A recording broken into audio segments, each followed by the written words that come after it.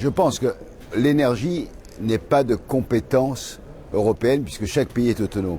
Mais le fait qu'on décide au Parlement européen et que la Commission va suivre dans ce sens-là, qu'il y ait des études d'impact avant toute possibilité de mise en place de forage, même à titre expérimental, c'est quelque chose qui montre qu'il y a un vrai problème. Donc c'est déjà reconnaître que ce n'est pas une technologie neutre et qu'elle peut impacter de manière très lourde et dangereuse.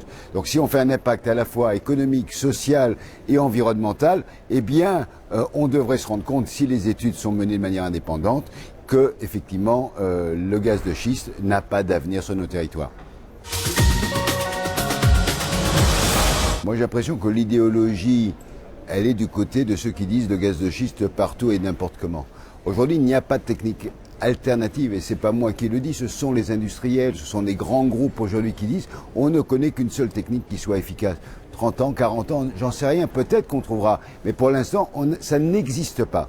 Donc fracturer, envoyer des produits chimiques à 1500, 2000 mètres de profondeur, effectivement, est une technique dangereuse, et surtout, la multiplication des puits tous les quelques centaines de mètres veut dire que tout le territoire est détruit pour un gain relativement limité puisque un forage n'a pas une durée de vie de plus de 5 ans. Donc est-ce qu'on doit détruire l'avenir de territoires entiers en Europe, une Europe très habitée, pour gagner quelques journées de plus de gaz ou d'huile? Je crois qu'effectivement, il faut prendre l'ensemble du problème.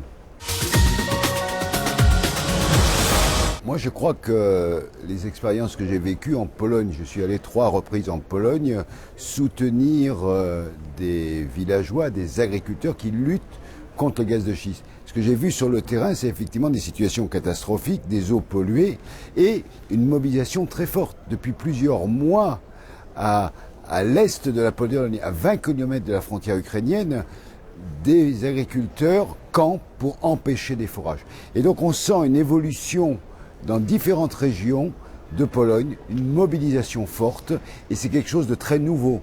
Et je fais le lien avec ce qui se passe à la fois en Bulgarie, ce qui se passe aussi actuellement en Roumanie, où il y a des mobilisations très fortes. Les Bulgares ont renoncé, il y a un moratoire contre le gaz de schiste.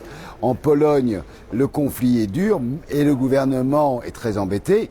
Et en Roumanie, il y a eu des affrontements, la police a essayé d'évacuer les agriculteurs. Donc on sent que l'écologie et la lutte pour préserver son espace rural, pour préserver son eau, devient un sujet de mobilisation fort dans les pays du centre et de l'est de l'Europe.